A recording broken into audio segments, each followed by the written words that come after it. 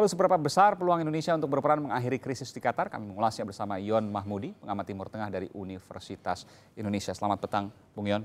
Selamat petang, Mas Aiman. Ya, sebelum kita ke Qatar, saya ingin ke Indonesia dulu. Ya. Pernyataan Presiden. Presiden bingung.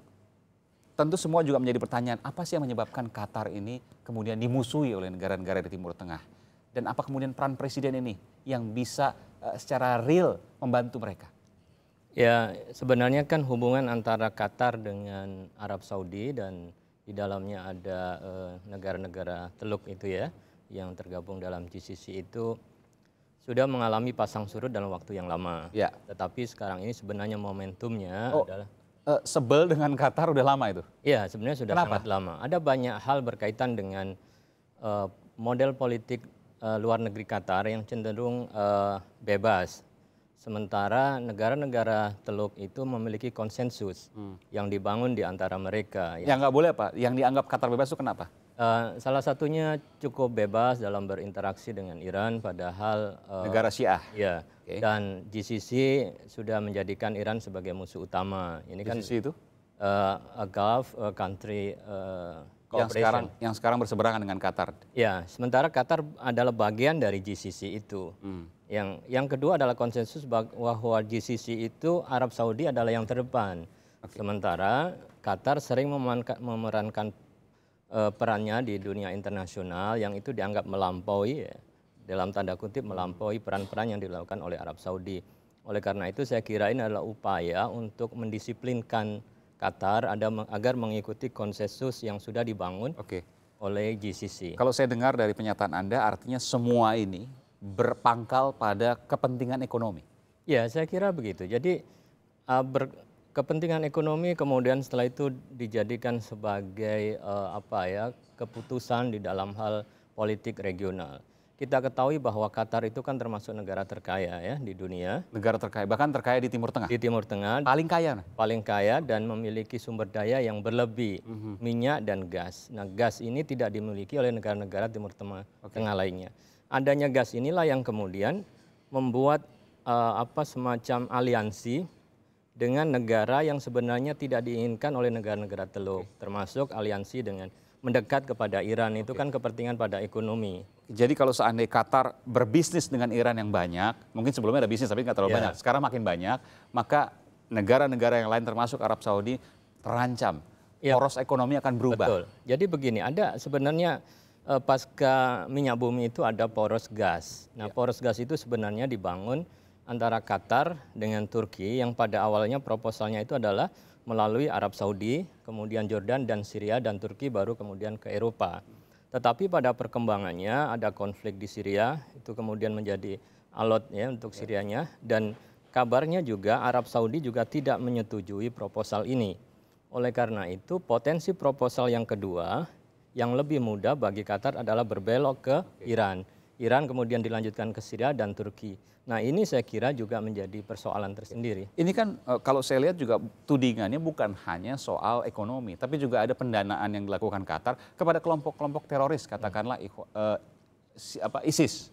Juga Qatar melakukan pendanaan terhadap kelompok yang berseberangan di Mesir, Ikhwanul Muslimin. Benar seperti itu?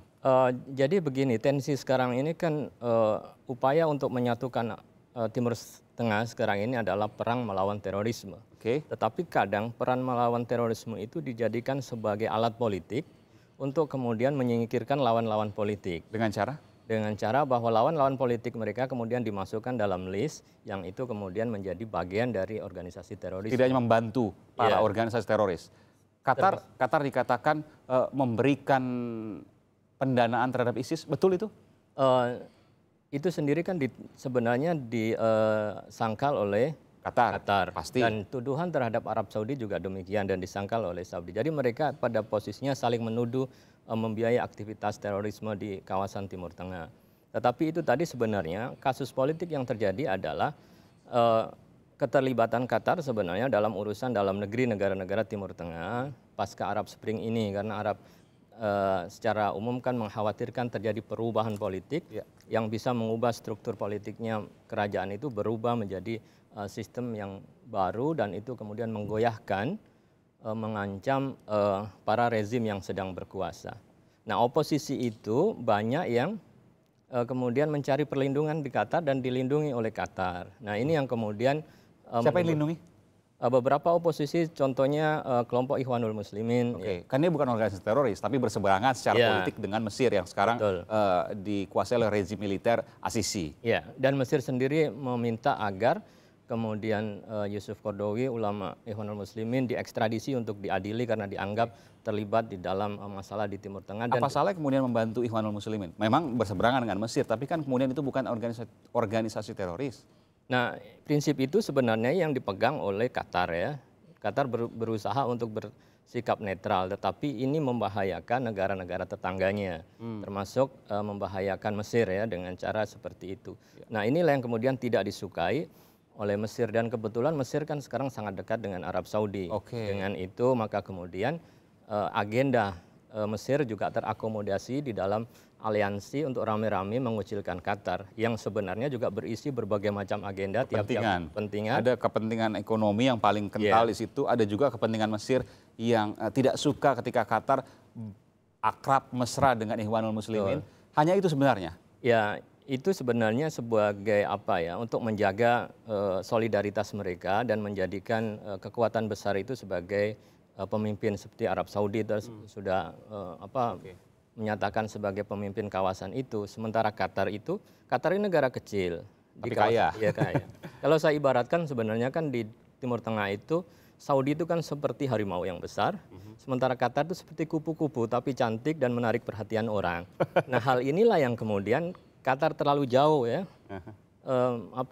melalang buana, yang kemudian ini menimbulkan ketidaksukaan dari beberapa kalangan yang ada di Timur Tengah. Terakhir Bung Yon, apakah hubungan yang renggang ini akan berujung pada konflik dan apa efeknya untuk Indonesia? Saya melihat bahwa masih ada ruang negosiasi.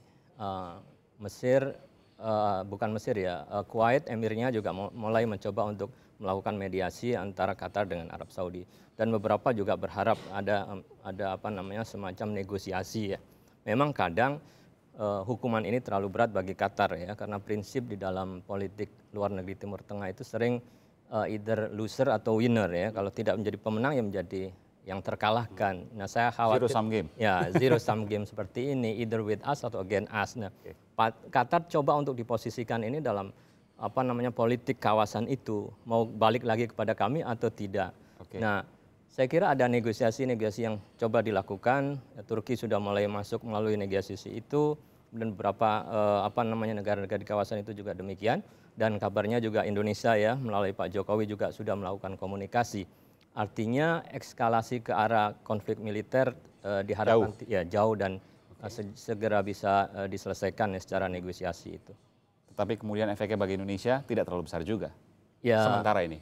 Ya, Indonesia berkepentingan terhadap dua negara, Saudi dan dengan Qatar. Juga. Banyak perdagangan kita dengan Qatar, cukup banyak ya. Telekomunikasi banyak, Qatar Telekom punya perusahaan yang besar di Indonesia. Ya, dan itu lebih dulu daripada Arab Saudi sebenarnya dalam hal ini. Tetapi juga warga negara kita yang di Saudi juga sangat banyak, di Qatar profesional juga sangat banyak juga.